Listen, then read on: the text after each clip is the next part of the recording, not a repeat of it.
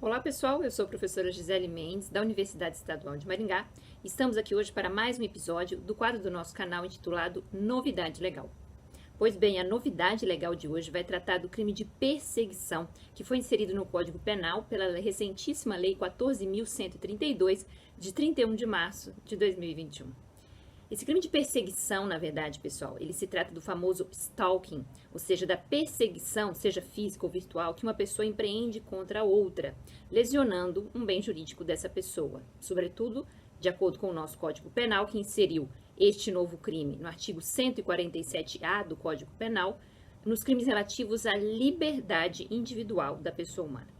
Então, o stalking, ou seja, essa perseguição obsessiva, foi inserido entre os crimes que afetam a liberdade individual da pessoa, como uma forma de cercear o seu direito de ir e vir, a sua liberdade, a sua privacidade na internet, a sua intimidade e outros bens jurídicos. Mas é importante dizer que essa novidade legal, ela vai ao encontro de alguns estudos que nós já fazíamos. No caso, eu realizei meu pós-doutorado na Espanha no ano de 2009, terminei no ano de 2010, sobre o crime de assédio moral.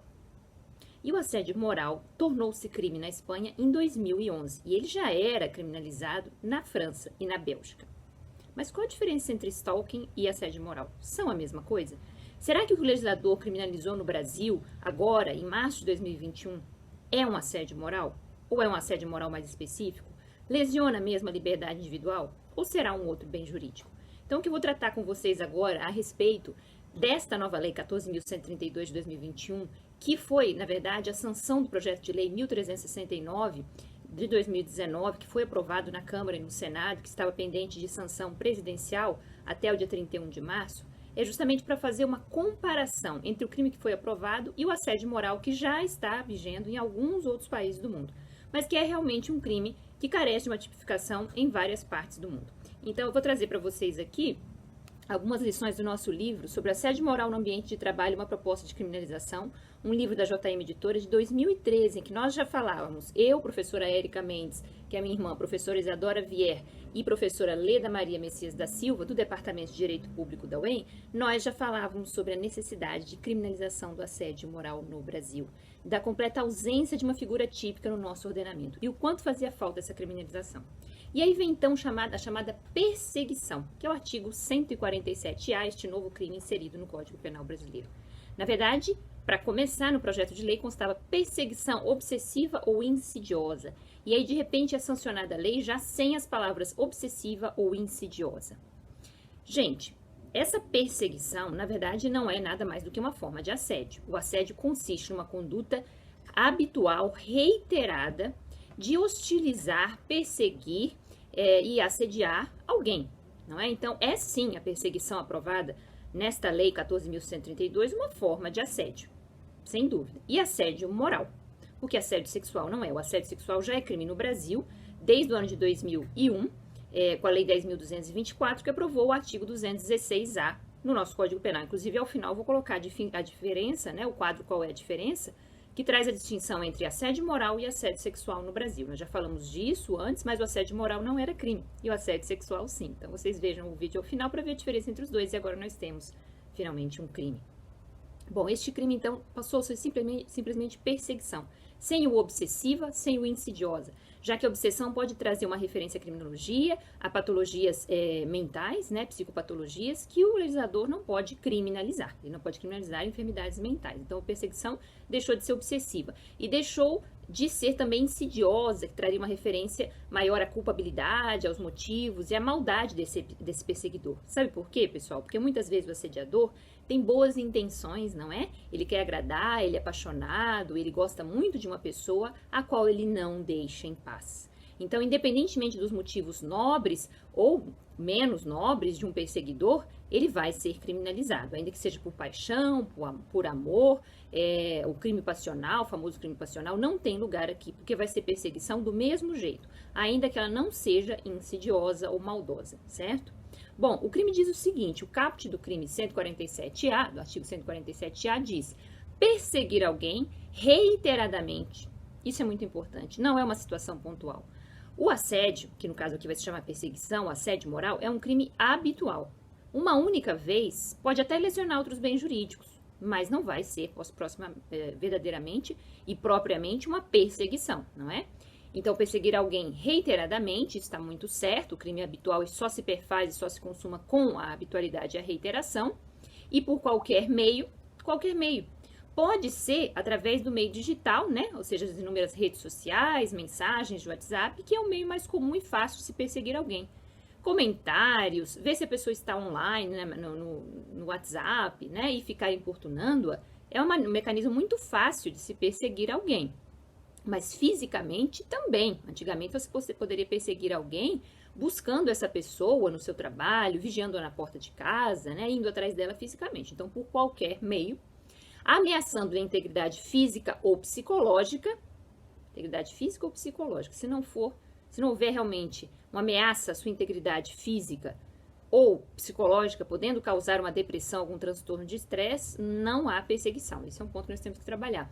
Restringindo-lhe a capacidade de locomoção, aí no caso física, ou de qualquer forma invadindo ou perturbando sua esfera de liberdade ou privacidade. Esse final é muito bom, né? De qualquer forma invadindo ou perturbando sua esfera de liberdade e privacidade. Por isso que o crime está ao lado da ameaça como um crime contra a liberdade. Mas vejam que as penas são muito mais intensas que a ameaça, até porque é reiterado. A pena de reclusão de 6 meses a 2 anos, além da multa. Bom, é importante dizer, então, que este crime é um crime mais grave que os outros crimes que a gente vê contra a liberdade, né, que o antecedem, constrangimento legal e ameaça, mas ele não atinge só a liberdade não, pessoal. É o que nós defendemos aqui no livro, a criminalização do assédio moral no Brasil. A perseguição atinge a dignidade humana. A perseguição atinge a própria essência do ser humano, que a gente chama de sua integridade moral. E integridade moral é bem jurídico constitucional. Porque quando nós perseguimos alguém, nós aviltamos, nós humilhamos, nós hostilizamos, nós não deixamos essa pessoa em paz, o que nós estamos fazendo é atingir a sua própria essência, a sua dignidade, é instrumentalizar essa pessoa, tornar essa pessoa um brinquedo, uma coisa nas mãos deste assediador ou perseguidor. E como dizia Immanuel Kant, a dignidade, ela abarca o respeito à autonomia. Claro que é um delito que vai lesionar também a liberdade, mas acreditamos que o legislador ele não deu um passo a mais na criminalização desse comportamento ao deixá-lo entre os crimes contra a liberdade, porque a liberdade era só um traço do exercício da autonomia e do respeito à dignidade da pessoa humana. Então, na Espanha e nos países onde esse crime já está criminalizado há mais tempo, o crime é contra a integridade moral da pessoa humana, contra a dignidade da pessoa humana, em outras palavras, que é um princípio constitucional que se traduz nesse bem jurídico que a gente chama de integridade moral. E a integridade moral, ela é lesionada a partir do momento que eu instrumentalizo a pessoa e faço com ela o que eu bem entender, porque ela está simplesmente vulnerabilizada na sua própria autonomia, na essência do que ela é, na sua dignidade, e está à mercê dos meus desejos, dos meus caprichos, que passo a persegui-la. Ela tem medo de represálias, certamente, e por isso mesmo ela não bloqueia um assediador, ela não consegue escapar dele. Esse assediador pode estar no trabalho, pode ser um chefe, um patrão do qual ela tem medo de ser despedida, pode estar dentro de casa, um marido, uma esposa do qual ela tem medo de se divorciar, pode estar na escola, o famoso bullying está aqui dentro da perseguição, pode estar um vizinho de apartamento, pode estar um ex-companheiro que deixou, né, a mulher e passa a persegui-la também. Então a pessoa tem medo, até por causa da prévia relação que existe geralmente entre o assediador e a pessoa assediada. Então a lesão não é só a liberdade pessoal, nem só a privacidade, é muito mais, é uma lesão à verdadeira integridade moral ou dignidade da pessoa humana. Assim está localizado este delito no Código Penal espanhol, por exemplo. Está ali lado a lado com o crime de tortura. Nossa, professora, crime de tortura? Pois é, a tortura, numa escalada de violência, ela atinge muito mais gravemente a integridade moral e dignidade humana. Mas muita gente que é perseguida fala, não aguento mais sofrer assim. É uma tortura para mim, uma tortura psicológica, porque realmente, de fato, é o que sente a vítima, que é perseguida constantemente e com medo de represálias, não consegue se soltar das garras do assediador. Então, o bem jurídico não é só a liberdade, não. Tá bom? Bom, aí nós temos os parágrafos, né? Pena de 6 meses a 2 anos, é uma pena razoável. No parágrafo 1º, a pena é aumentada da metade se o crime é cometido, vejam que interessante, 1 contra criança, adolescente ou idoso, que são pessoas mais vulneráveis mesmo, aí o famoso bullying, assédio contra pessoas idosas, 2 contra mulher por razões da condição do sexo feminino, tal e qual acontece, né, nos termos do parágrafo 2º A do artigo 121, nos mesmos termos do feminicídio. Nós já falamos sobre feminicídio aqui no canal, no Isso é Crime. Razões da condição do sexo feminino não é assediar qualquer mulher, mas é assediar a mulher com a qual se tem uma relação doméstica, familiar ou íntima de afeto.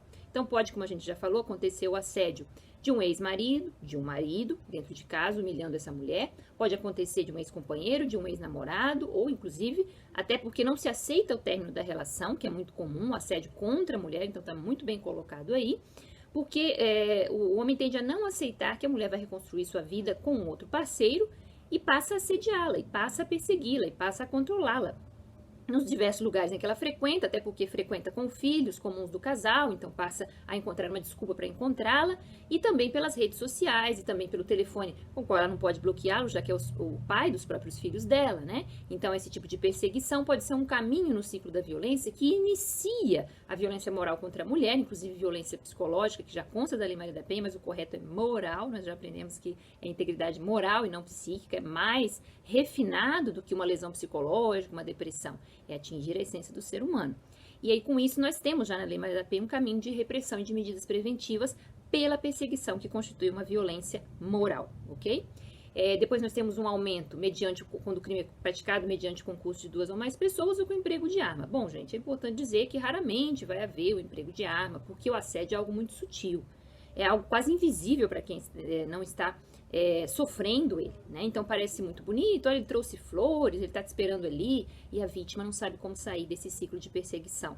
Então muitas vezes são os lobos solitários, né? Pessoas que atuam stalkeando, né? Porque a tradução do inglês é dessa perseguição, é o famoso crime de stalking, ele não tem esse nome aqui, mas é conhecido assim na mídia e em outros países. E a pessoa sozinha faz tudo isso, monta na cabeça dela essa obsessão, né? Quando é uma obsessão, essa perseguição pelos motivos que ela acha razoável, e não conta com a ajuda de mais ninguém. Então o concurso de 2 ou mais pessoas, o emprego de arma é mais raro, mas está aí para aumentar a pena também, ok? No parágrafo 2º diz que a pena do artigo 147-A, ela é aplicável sem prejuízo das penas combinadas à violência. Aí é muito importante a gente relembrar que o bem jurídico é muito sutil, já que a própria dignidade humana, que a gente chama de integridade moral, né, no direito penal, aqui no crime de tortura, ela aparece também, mas pode ser que se gerem lesões à vítima, psíquicas, como depressão, como transtorno de estresse, como traumas, a pessoa já não quer estar ali de novo, ela não quer voltar ao trabalho, esse ambiente me relembra isso, essa pessoa. Então, são transtornos graves de estresse pós-traumático que ela tem que tratar, né? Nós já estamos no campo das lesões, né? Do artigo 129, com o qual se podem acumular as penas aqui do 147-A, e também pode chegar a lesões físicas. A pessoa pode desenvolver, pessoal, por causa do stalking, alergias, enfim, urticárias, dores de cabeça e uma série de sintomas que são físicos mesmo, de lesão corporal física, e que vão gerar, como lesão derivada da perseguição, também o cúmulo das penas da violência, que a gente chama de violência, no caso, o crime de lesões corporais do artigo 129. Então, está muito bem colocado o cúmulo das penas, porque uma coisa é o stalking lesionando a dignidade humana, outra coisa é que ele gere a partir daí, né, desta violência moral, também consequências psicológicas e físicas, não é? E o parágrafo 3º diz que o crime somente se procede mediante representação, tal qual na ameaça. Erro de novo do legislador. O bem jurídico não é só a liberdade, não é só a privacidade, ele vai muito além. Nós não podemos prescindir da nossa própria dignidade, né? A dignidade humana, ela é irrenunciável, o consentimento não tem valor.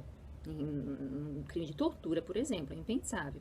Então, deixar no campo da representação da vítima, a gente entende que no crime de ameaça isso aconteça também. A vítima pode renunciar a essa representação, pode haver a decadência em 6 meses, de acordo com o artigo 103 do Código Penal, caso ela não ofereça essa representação na delegacia. Ou seja, ela não vai lá dizer que quer, de fato, processar esse assediador, esse stalkeador, esse perseguidor. Mas ela pode estar sendo ameaçada para não representar. Complicado, né? É uma coisa que, em relação à Lei Maria da Penha, já existe uma saída. Porque na Lei Maria da Penha, a representação só vai poder haver uma retratação da representação, de acordo com o artigo 16 da Lei 11.340 de 2006, Lei Maria da Penha, se a mulher retira essa representação, se retrata dela perante o juiz da vara de violência doméstica ou familiar contra a mulher. Então, pelo menos em relação à mulher, essa representação, tendo sido feita, só vai poder ser retratada perante a autoridade judicial. Agora, em relação às demais pessoas, até porque o stalking é um crime que pode atingir qualquer pessoa, a gente já falou de bullying em relação a crianças, né? De assédio moral no trabalho em relação aos trabalhadores. Nós temos aqui, finalmente, a criminalização do assédio moral no trabalho. como é que fica? O patrão vai dizer, você representou contra mim, então agora vai lá ser retratado da representação, ou então vai perder o emprego. Né? Então passa a ser uma moeda de troca nas mãos do assediador, até porque um perseguidor é alguém que está coagindo o outro, gerando medo no outro, cerceando a liberdade do outro, além de atingir sua essência e sua dignidade, e, portanto, facilmente pode haver uma manipulação afora, né? Tirando os casos aí em que há essa proteção da Lei Maria da Penha em relação à mulher, pode haver uma manipulação para a retratação desta representação, ok? Então, este é o crime do artigo 147-A, que foi inserido pela Lei 14.132, de 31 de março de 2021, e é chamado perseguição no Brasil. É o famoso stalking, é o famoso assédio moral, que pode acontecer em quaisquer ambientes, escola, família, casa, trabalho. E nós estamos muito felizes que esse crime, ainda que com seus reparos, ainda que não perfeito, ele exista. Pessoal, esse foi o nosso Novidade Legal de hoje. Pesquisem, sigam em frente, estudem, porque aquilo que vocês propõem pode se tornar realidade legislativa no Brasil. Muito obrigada e até a próxima.